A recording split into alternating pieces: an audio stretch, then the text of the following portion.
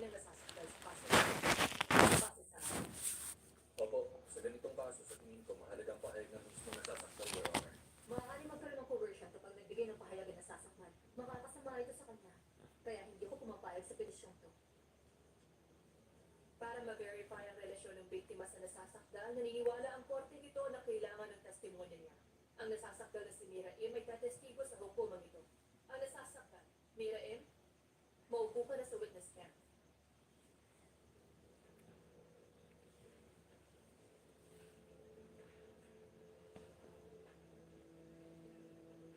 Prosecutor, pwede ka na magsimula.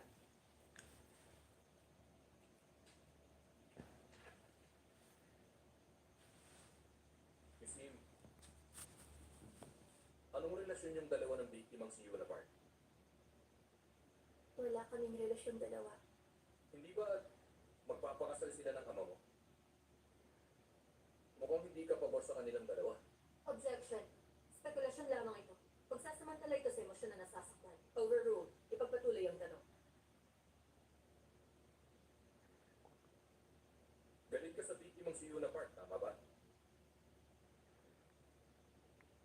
Oo. Totoong ayoko sa kanya. Kaya ba sinagasaan mo siya? Objection. Sustained. Prosecutor, ingatan mong salita.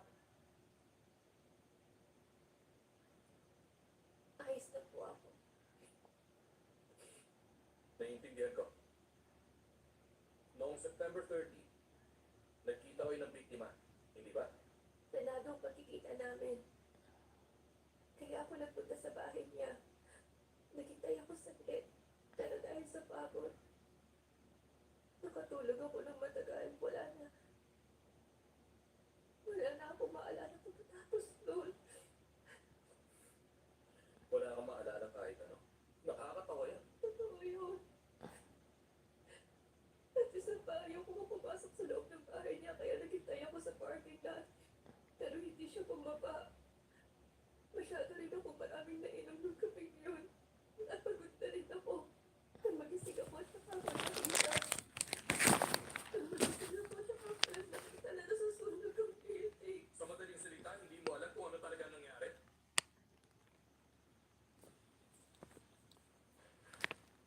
Ito ang proof number 8. Paki-display. I-display niyo na. Sasakyan mo to. Tama ba ako? Tama po kayo. Madaling araw ng October 1, 2016. Ikaw ang may dala nito, tama? Hindi ko maalala. Pasensya na. Tapos na ako magtanong. Miss Lim, pinatay mo siya, hindi ba? Objection! Sustained. Defense, sa'yo na ang witness.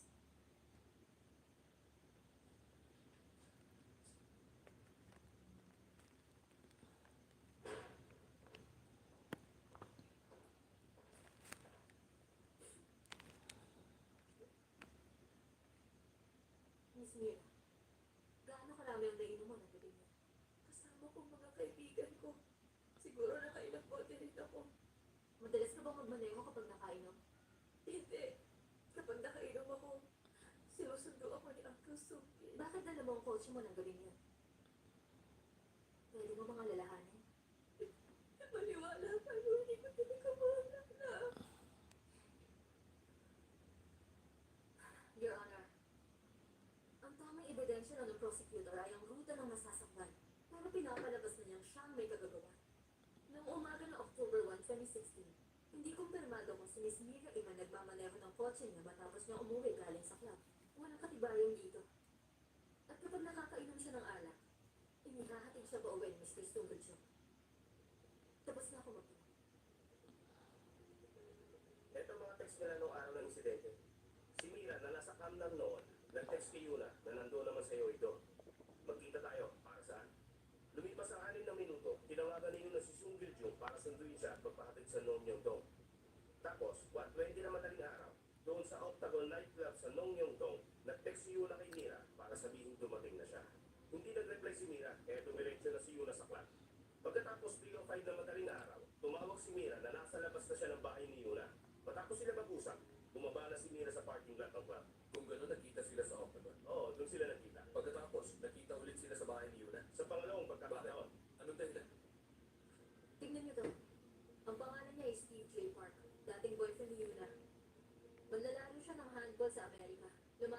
meron silang sex video ni Yuna.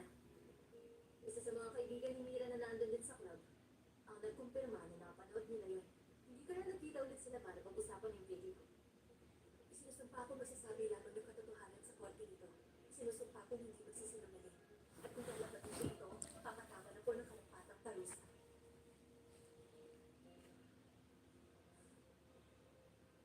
Noong October 1, 2016, 1:45 ng madaling araw, nandun ka sa Octagon nightclub sa Gangnam, tama? Opo. Nakita mong defendant na si Mira In na nakikipagtalo kay Yuna Park sa loob ng banyo. Tama ba ako? Opo. Pero narinig ko yun mula sa loob ng stall. Dahil pamilyar ang boses niya, sumilip ako mula sa loob para siguruhin siya ngayon. Sino na ngayon? Alam ko dahil kanya.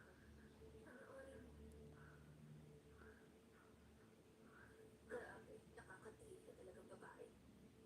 Hindi pa kami magkakilala ng papa mo. Ano bang balak mo? Hindi ko sasabihin sa papa mo tungkol dito.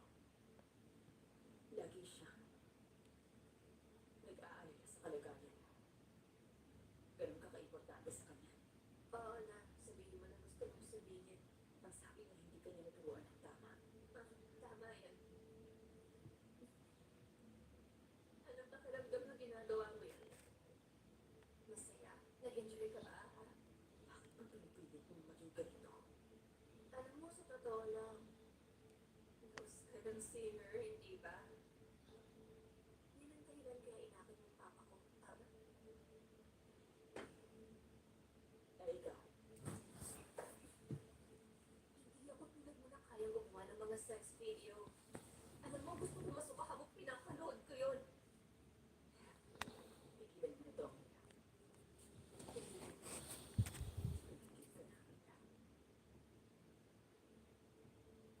Teka, ano bang problema mo? Tumigil ka na, buisit ka! Ano sabi ng kapit mo? Wala kang kwenta! Tabi na! Papatayin kitang buisit ka!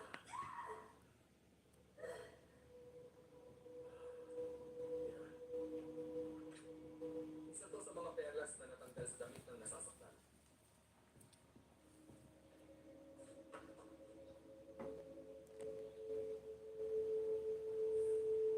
Nasa loob ba ng hukumang ito ang taong nagsabing napanood niya ang sex video ni Yuna?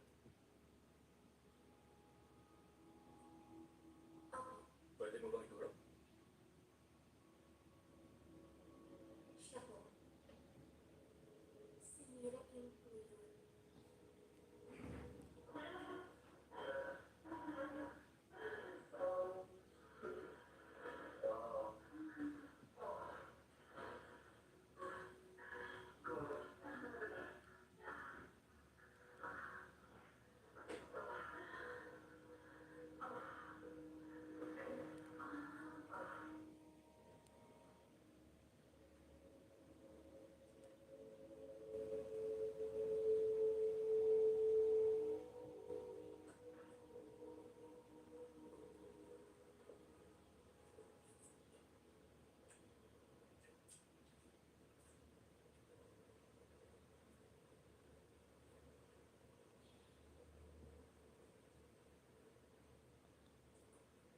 Ay, hindi mo ba alam?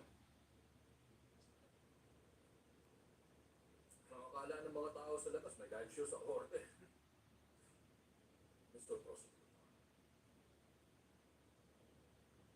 pwede bang patawarin mo na ang anak ko? Ano naman dapat patawarin?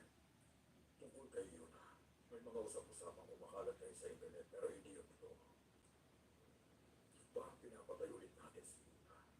Ibig mo sabihin, mas mahalagang pag-ibig para sa'yo kaysa sa anak mo?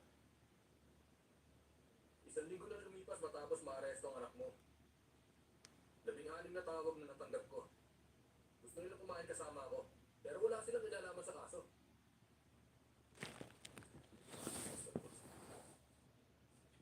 Sa mundo nito, walang nabubuhay ng mag-isa. Ha? Masisiguro mo bang hindi mo kakailanganin ng tulong ng mga taong yan sa kabuuan ng buhay mo? Ugali ko noong magbigay ng mamahaling regalo. Kaya naman isa-isa ka tinawagan ng mga taong yun. Ganun ang takbo ng mundo ito. Dapat mong matutunan yun. Hindi ka makakaakyat sa pinakatugtog ng tagumpay gamit ng sarili mong lakas. Maniwala ka. At isa pa, walang koneksyon ng ama mo sa kahit na sino. Matutulungan kita. Ano? Matutulungan kitang maging attorney general. Kaya kong bilhin yun.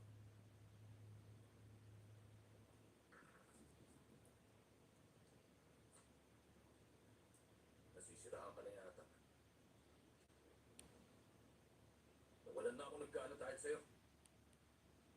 Ano bang tingin mo sa prosecution?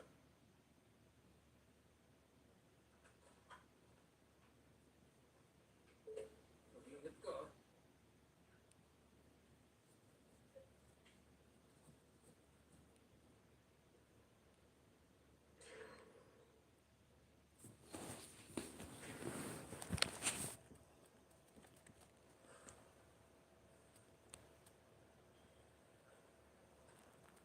Kumusta po kayo? Tingin ko po, hindi makakabuti kay Mira kung may bisita kayo ngayon.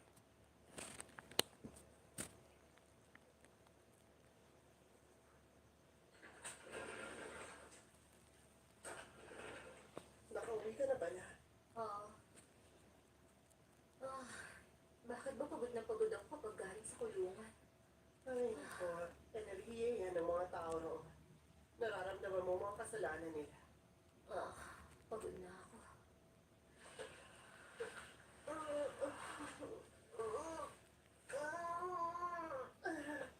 Teka.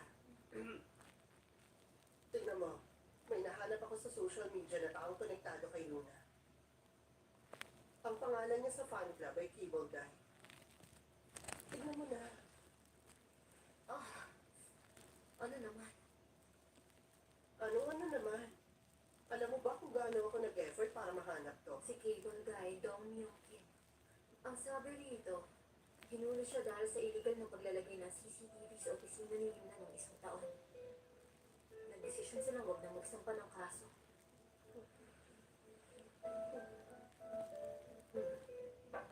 Teka, patingin ako niya. Yung agreement? Oo. Kung merong CCTV, sigurado may recording. Recording? Oh, eto.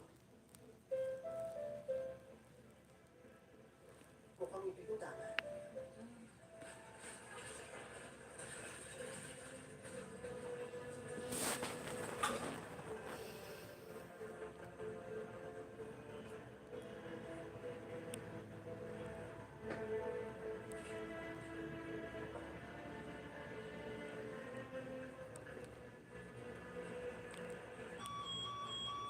Ano ba yun?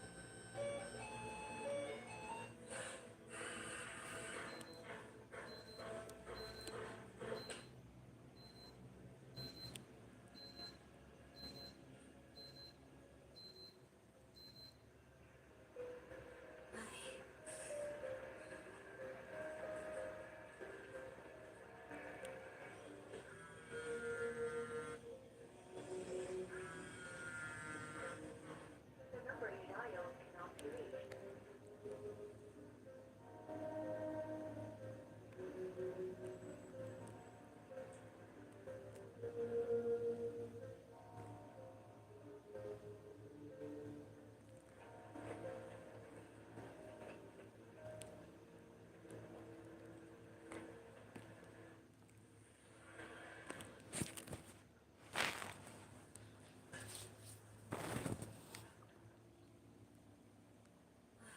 Buong araw na ako naghihintay rito pero walang tao.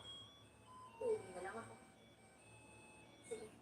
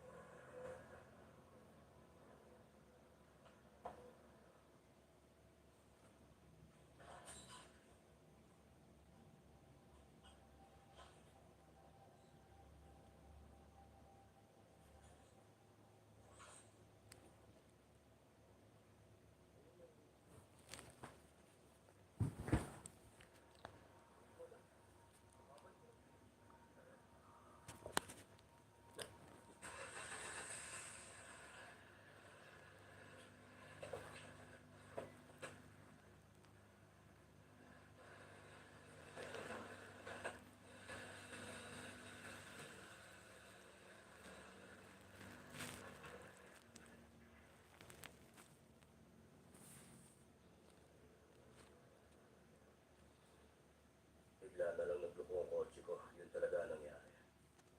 Sinubukan ko gamitin ang preno pero hindi gumana. Kaya nga ibinangga ko na lang yung sarili.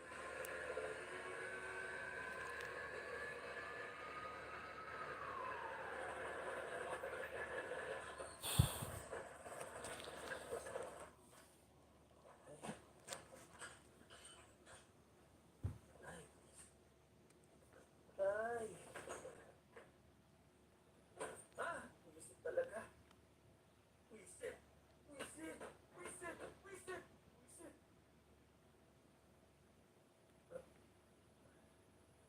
Mr. President. Teka, tungkol sa bagay na to. Sino ba naman ang mag-iisip na pasukin to gamit ang sarili nila sa sakya? Sinong gagawa nun? Yung... Nasaan ang mga gamit ko rito? Nanatili ba ako rito kung ako ang kumuha ng gamit mo? Ano sa tingin mo? Ah.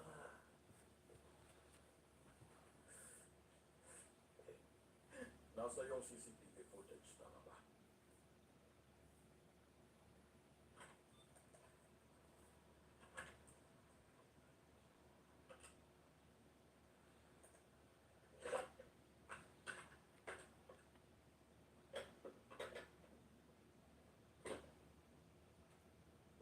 Seryoso ba?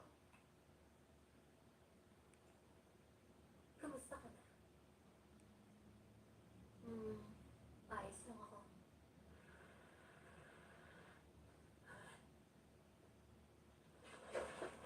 Ay, naku.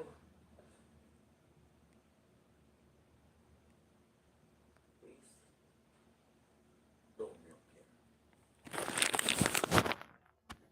Sabihin mo lang kung magkano ang gusto. Please. Yeah.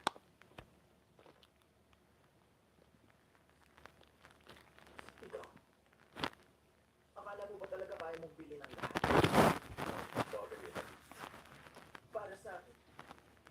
Walang kwenta kahit pa magkano ibigay mo! Kung ganun, anong gusto?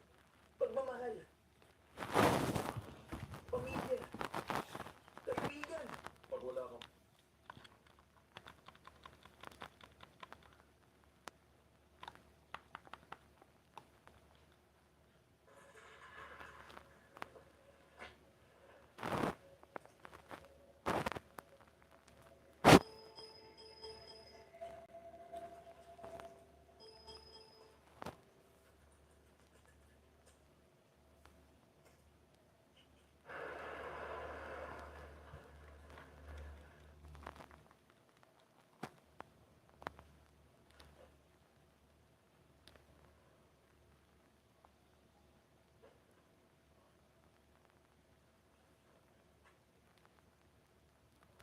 ito.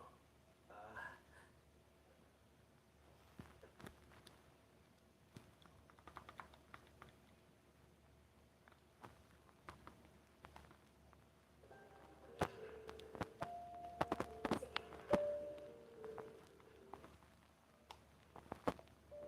Pwede mo bang isalaysay ang lagay na nasasakdal ng oras na mahuli siya? una sa lahat, lasing na lasing siya. Kung gano'n, maaaring ibang tao ang may dala ng kotse. Matapos uminom, siya ba ang nagpamaneho ng kotse niya? Imposible ko pong masabi yan. Magtiwala ako sa iyo. Pupunta ka ng kanila. Mag-usap tayo ng ganito. Lesa.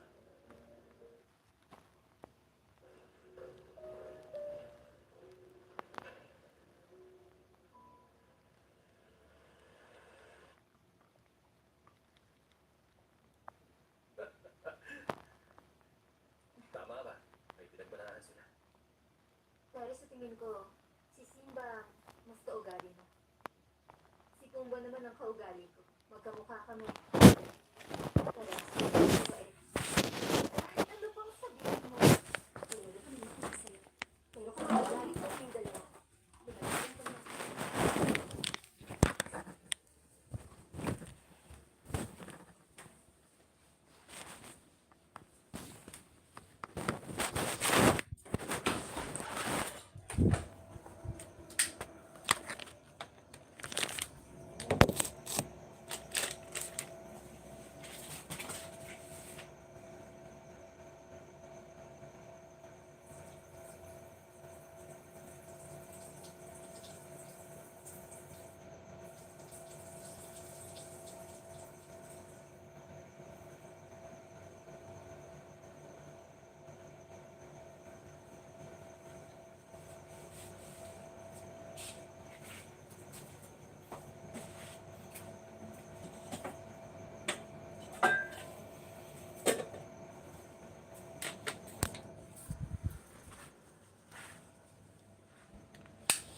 Tutulog na ako.